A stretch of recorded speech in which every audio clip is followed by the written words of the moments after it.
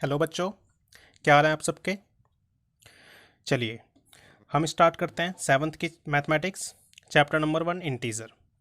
तो बच्चों आज इस चैप्टर में हमको क्या पढ़ना है, एक टॉपिक पढ़ना है हमको properties of addition of integers. कि एडिशंस जो होती है इंटीजर्स की, उसकी कुछ प्रॉपर्टी होती है। बच्चों आपको ऐड करना तो आता है, बट कुछ और खास बातें होती हैं उसकी, कुछ प्रॉपर्टीज बोलते हैं उसको हम। तो वो डिस्कस कर लेते हैं। आपने शायद सिक्स क्लास में पढ़ा होगा क्लोजर प्रॉपर्टी, कॉम्यूटेटिव प्रॉपर्टी। नहीं पढ़ा है तो कोई बात नहीं, इस क्लास में पढ़ोगे। और ध्यान रखना ये आपको एट्थ क्लास में मिलेगी, और इसका यूज़ हमेशा कब होगा, नाइन्थ टेंथ आगे की क्लासेस में। तो इम्पॉर्टेंट टॉपिक है काफ़ी ये, बच्चों को नहीं पता होता, नहीं याद हो पाता है ना। तो सबसे पहली प्रॉपर्टी डिस्कस करते हैं हम। पहले मेरी बात सुनो, प्रॉपर्टीज ऑफ एडिशन। हम एडिशन की प्रॉपर्टी डिस्कस कर रहे हैं इंटीजर में, कि इंटीजर को ऐड करते हैं तो क्या क्या प्रॉपर्टी फॉलो करता है इंटीजर। सबसे पहले आती है इसके अंदर closure property. Closure property, closure property क्या बोलती है बच्चों, क्लोजर प्रॉपर्टी बोलती है, देखो मैं लिखता हूं, द सम ऑफ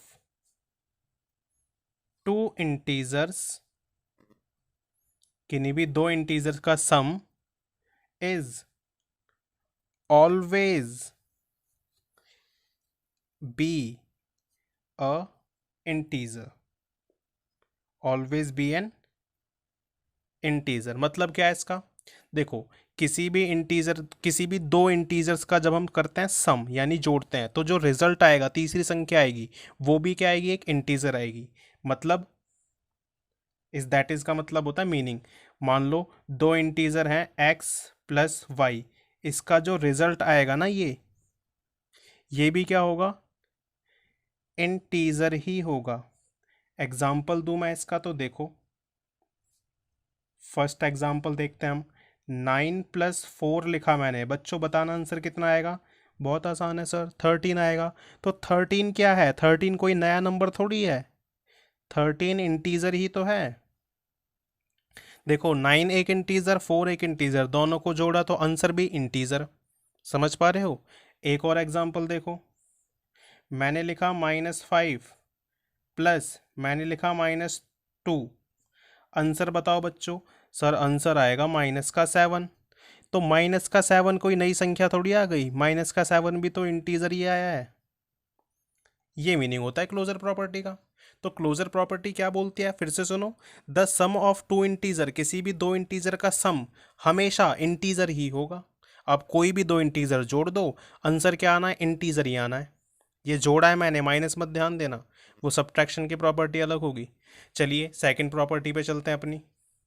प्रॉपर्टी, ये प्रॉपर्टी वो नहीं है प्रॉपर्टी जो आप समझ रहे हो, मेरा घर मेरा घर।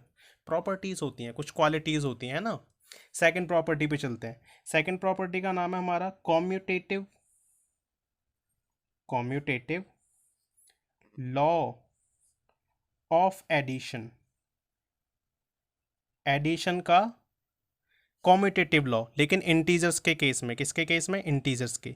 Commutative law of of addition on integer, मैं लिख देता हूं ऑन इंटीजर्स। ठीक है, ये प्रॉपर्टी क्या बोलती है, देखो ध्यान से सुनना। ये प्रॉपर्टी कहती है, देखो इफ x एंड y, अगर x और y आर टू इंटीजर्स, अगर दो इंटीजर हैं हमारे पास x और y, तो हम क्या लिख सकते हैं, देन हम एक बात लिख सकते हैं बच्चों, देखो x प्लस वाई बराबर होगा y प्लस एक्स के। आपको ये बात ध्यान रखनी है, आसान सी बात है। यानी मैं x प्लस वाई करूँ तो बराबर ही आएगा ना y प्लस एक्स के। बात समझ में नहीं आई सर, ये लो एग्जाम्पल सुनो। देखो मैंने लिखा 5 + 3, बच्चों बताओ कितना आएगा आंसर, 5 + 3 अगर मैं इन दोनों को जोड़ दूंगा तो। सर बहुत आसान है, 8 आएगा। तो 3 + 5 भी तो 8 ही आएगा, है ना। सो 3 + 5 वो भी 8 के इक्वल है। सो इसका मतलब 5 + 3 करें, 3 + 5 करें, बराबर आएगा। ये एग्जाम्पल समझ में नहीं आता है, दूसरा एग्जाम्पल देख लो। हाँ सर दूसरा एग्जाम्पल दो, -2 प्लस में -4, इज इक्वल्स टू होगा वो -4 प्लस में -2। ये बात समझ में आती है सर? समझ में नहीं आया? देखो ना, -2 और -4 कितना हो जाएगा, -6, और ये भी कितना हो जाएगा, -6, दोनों बराबर ही तो हैं। हम -2 प्लस -4 करें या -4 प्लस -2 करें, आगे पीछे कर दें, तब भी आंसर बराबर आएगा। इसी बात को क्या बोलते हैं हम? Commutative law of addition. Addition का कॉम्यूटेटिव लॉ इंटीजर के ऊपर, ठीक है ना?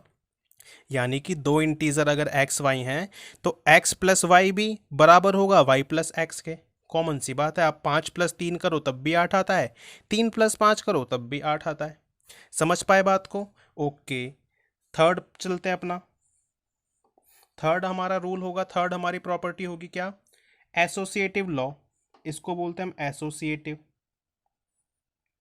Associative law of addition on integers. देखो इंटीजर्स की बात हो रही है, ऑन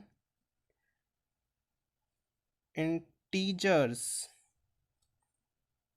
ये लॉ क्या बोलता है, देखो समझते हैं।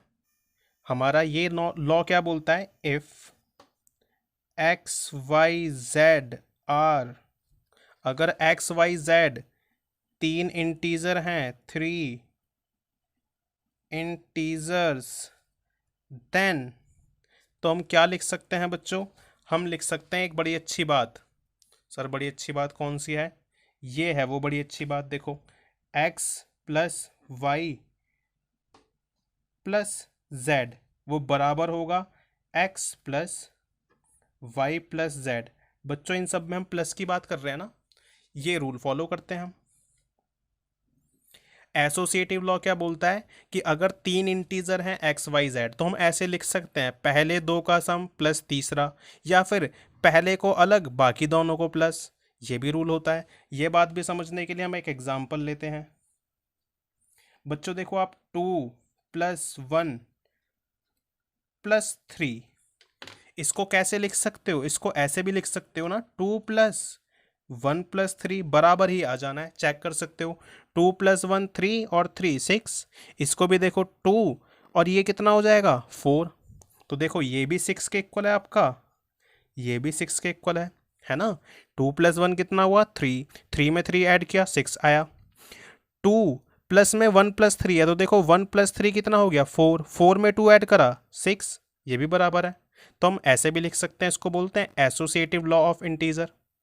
ठीक है, तीन इंटीजर के केस में फॉलो होता है। चलिए नेक्स्ट पर चलते हैं अपना हम, नेक्स्ट पेज। फोर्थ नंबर की आइडेंटिटी हमारा, फोर्थ नंबर का रूल है हमारा एडेटिव आइडेंटिटी।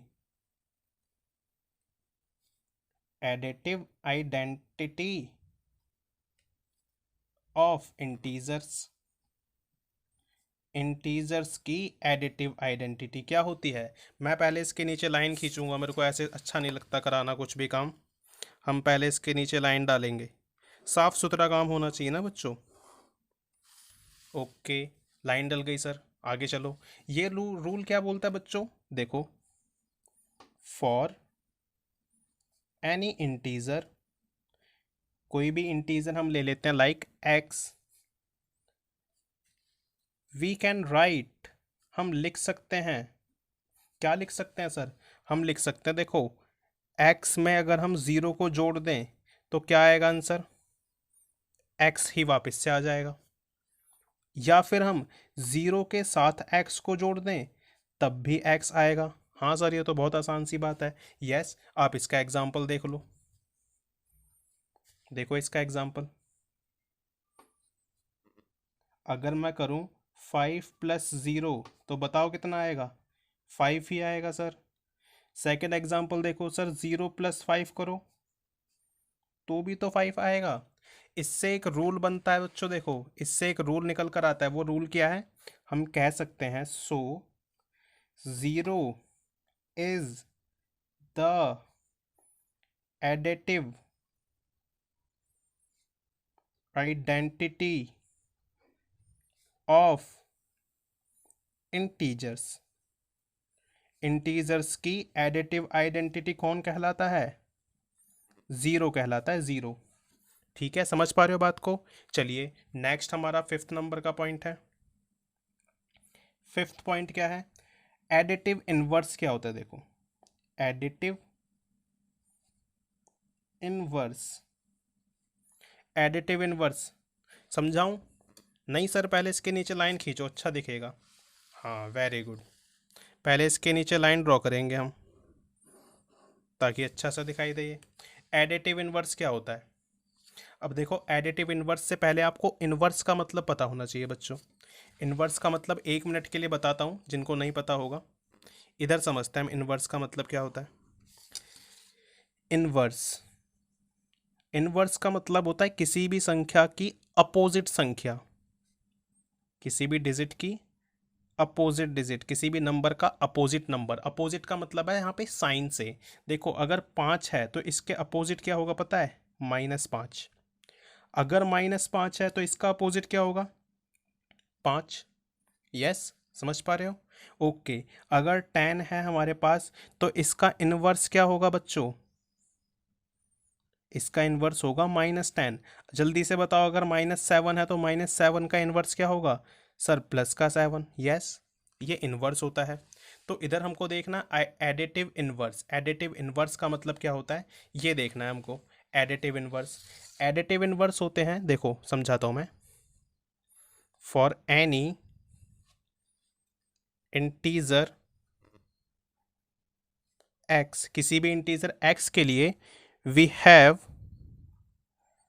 हमारे पास क्या लिख सकते हैं हम पता है बच्चों, देखो हम लिख सकते हैं x प्लस में अगर मैं इसका इनवर्स कर दूं तो आंसर आ जाएगा 0।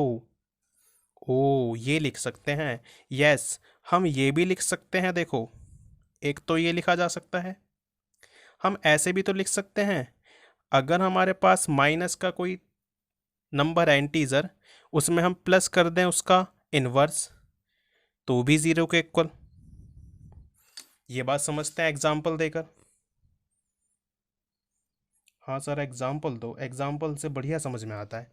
देखो एग्जाम्पल, एग्जाम्पल में लिखा मैंने बच्चों +5, ठीक है ना।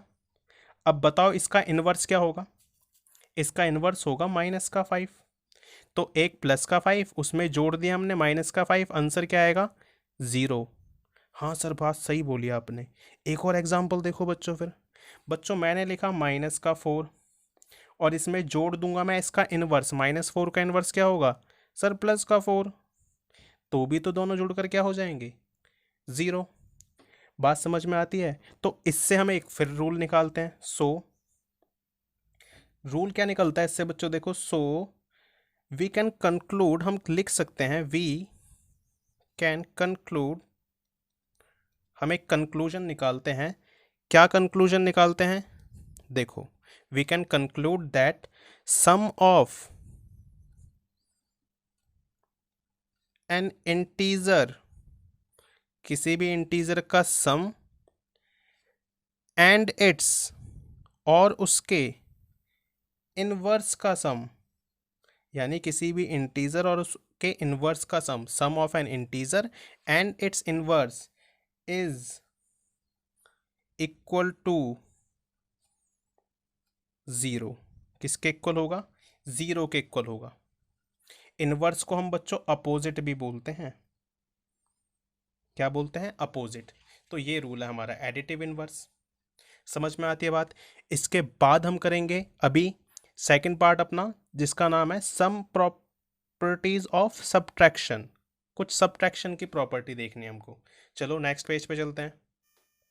तो ये है हमारा अगला टॉपिक, some properties of subtraction of integer. Integer के सब्ट्रैक्शन की, माइनस की कुछ प्रॉपर्टी देखनी है हमको। आपको पता है इंटीजर्स को कैसे सब्ट्रैक्ट करते हैं, बहुत आसान है, लेकिन कुछ प्रॉपर्टी होती हैं इसके अंदर भी। वही नाम होते हैं प्रॉपर्टी के भी। देखो सबसे पहले क्लोजर प्रॉपर्टी, क्लोजर लॉ बोलूं इसको मैं, क्लोजर प्रॉपर्टी बोलूं, एक ही बात है। बच्चों मेरी बात समझना, क्लोजर प्रॉपर्टी का मतलब क्या होता है। हमने एडिशन में भी देखा क्लोजर प्रॉपर्टी, हमने सब्ट्रैक्शन में भी लिख दिया क्लोजर प्रॉपर्टी। क्लोजर प्रॉपर्टी का मतलब होता है, देखो एडिशन में क्लोजर प्रॉपर्टी का मतलब है कि अगर दो नंबर्स को हम ऐड करें, दो इंटीजर्स को ऐड करें, तो तीसरा जो आंसर आएगा वो भी इंटीजर होगा। तो क्लोजर प्रॉपर्टी इसमें क्या बोलेगी, अगर हम दो नंबर्स जो इंटीजर हैं उनको माइनस करें तो आपका आंसर भी क्या आएगा, इंटीजर ही आएगा। क्लोजर प्रॉपर्टी देखो, समझाने से पहले क्या करेंगे, इसके नीचे लाइन ड्रॉ करेंगे हम। ये लो क्लोजर प्रॉपर्टी। क्लोजर प्रॉपर्टी क्या बोलती है देखो, if x and Y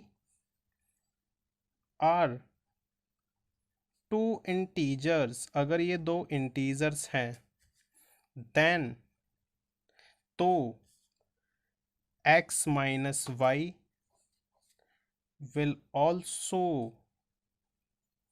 B an integer. तो इन दोनों का सब्ट्रैक्शन भी क्या आएगा, इंटीजर ही आएगा। ये समझ आई बात? हाँ सर समझ में आ गई। हम फिर भी एग्जाम्पल देंगे इसको।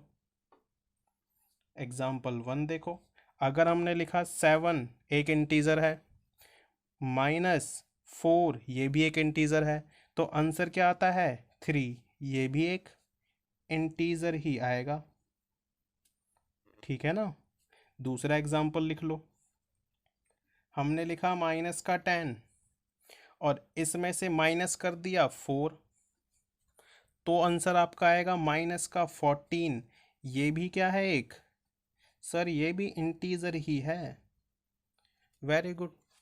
चलो दूसरी प्रॉपर्टी पर चलते हैं। सेकंड भी वही है, कॉम्यूटेटिव लॉ। कॉम्यूटेटिव लॉ, मैंने सिर्फ इतना ही लिखा है इसको, रीज़न है कुछ लिखने का। कॉम्यूटेटिव लॉ, ये बच्चों ध्यान से समझना आप, ये आसान नहीं है इतना, इसको सोचेंगे हम आराम से। कॉम्यूटेटिव लॉ देखो, commutative law, commutative law does not follow on subtraction of integers. देखो इंटीजर के सब्ट्रैक्शन पे जो टॉपिक है हमारा, सब्ट्रैक्शन ऑफ इंटीजर, इसमें कॉम्यूटेटिव लॉ अप्लाई नहीं हो पाता, नॉट अप्लाई। क्यों नहीं हो पाता, मैं समझाता हूँ बात को। देखो इसका मतलब क्या है, कॉम्यूटेटिव लॉ का मतलब क्या है, if x and y are two integers, अगर x और y दो इंटीजर्स हैं, तो देखना ध्यान से, x माइनस वाई बराबर नहीं होगा y माइनस एक्स के। ध्यान से सुन लेना बच्चों, ये आपको लग रहा होगा बराबर होंगे, नहीं बराबर होंगे। प्लस होते तो बराबर होते हैं, कॉम्यूटेटिव लॉ एडिशन में हो जाता है। किसमें, एडिशन में कॉम्यूटेटिव लॉ पूरा पूरा अप्लाई होता है, क्योंकि x प्लस वाई बराबर होगा y प्लस एक्स, लेकिन x माइनस वाई सब्ट्रैक्शन में y माइनस एक्स के बराबर नहीं होगा। एग्जाम्पल देकर समझते हैं अच्छे से हम। देखो मैंने लिखा 10 माइनस 6, क्या वो बराबर होगा बच्चों 6 माइनस 10 के बराबर?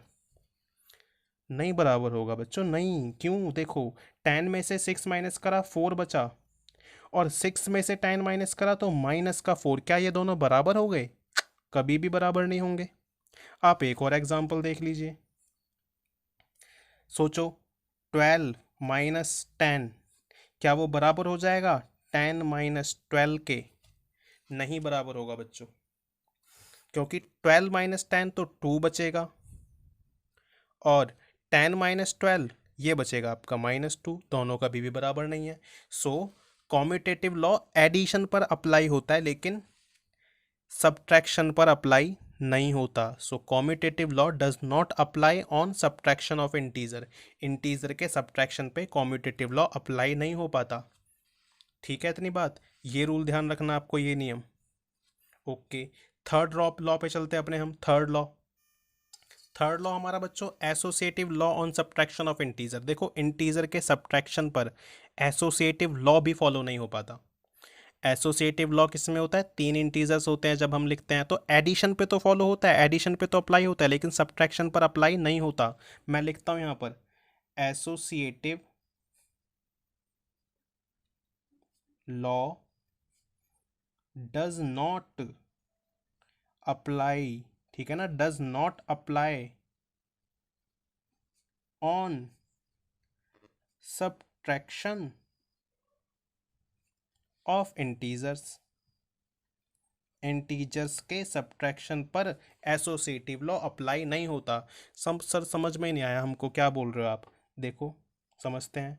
देखो x y z are three integers. X y z क्या होते हैं? तीन इंटीजर हैं। तो हम एडिशन वाले में तो लिख सकते थे बच्चों, लेकिन इसमें नहीं लिखा जा सकता। देखो x minus y minus z वो बराबर नहीं होगा एक्स माइनस वाई अलग से माइनस जेड, ये बराबर नहीं होंगे कभी भी। ये रूल ध्यान रखना है आपको। या फिर आप ऐसे बोलो x minus y minus z बराबर नहीं होगा x minus y minus z, ये भी बराबर नहीं होंगे बच्चों। क्यों नहीं बराबर होंगे आप सोचो, एग्जाम्पल बहुत अच्छे से समझाएंगे। फॉर एग्जाम्पल देखो 3, 4 एंड 5 आर थ्री इंटीजर्स। मैंने तीन इंटीजर्स लिए, कौन कौन से? 3, 4 एंड 5। आराम से समझना। क्या आप लिख सकते हो बच्चों 3 माइनस 4 माइनस 5 ऐसे? वो बराबर नहीं होगा 3 माइनस 4 माइनस 5, ये बराबर नहीं होंगे। आप चेक कर सकते हो बच्चों। देखो 3 माइनस 4 में से 5 माइनस किया तो क्या होगा? माइनस का 1। अभी सॉल्व कर रहा हूँ मैं इसको। 3 माइनस 1 क्या होगा? -1, और ये -5। देखो बच्चों ये कितना आंसर आएगा? 3 + 1 हो जाना है, और ये कितना हो जाना? -1 -5 माइनस का 6, ये हो जाएगा 4 और -6। क्या दोनों बराबर हैं बच्चों? आप सोचो ना। नहीं सर ये बराबर नहीं है। और एग्जाम्पल देते हैं हम। एग्जाम्पल 2 देखो। हाँ सर एग्जाम्पल 2 दिखाओ आप। देखो आपको लिख रहा हूँ मैं 10 माइनस 4 माइनस 2 वो बराबर नहीं होगा, ये बराबर नहीं होगा 10 माइनस 4 माइनस 2, ये दोनों बराबर नहीं होंगे। क्यों नहीं बराबर होंगे? देखो 10 माइनस 4 कितना बचा? 6 माइनस 2 बराबर नहीं है। देखो 10, 4 में से 2 माइनस करा तो कितना बचा? 2। 6 माइनस 2 हुआ 4, और ये कितना हुआ? 8। क्या बराबर है? ये नहीं बराबर है। सो एसोसिएटिव लॉ फॉलो नहीं होता है, अप्लाई नहीं होता है किस पर? सब्ट्रैक्शन ऑफ इंटीजर्स पे। बात समझ में आती है?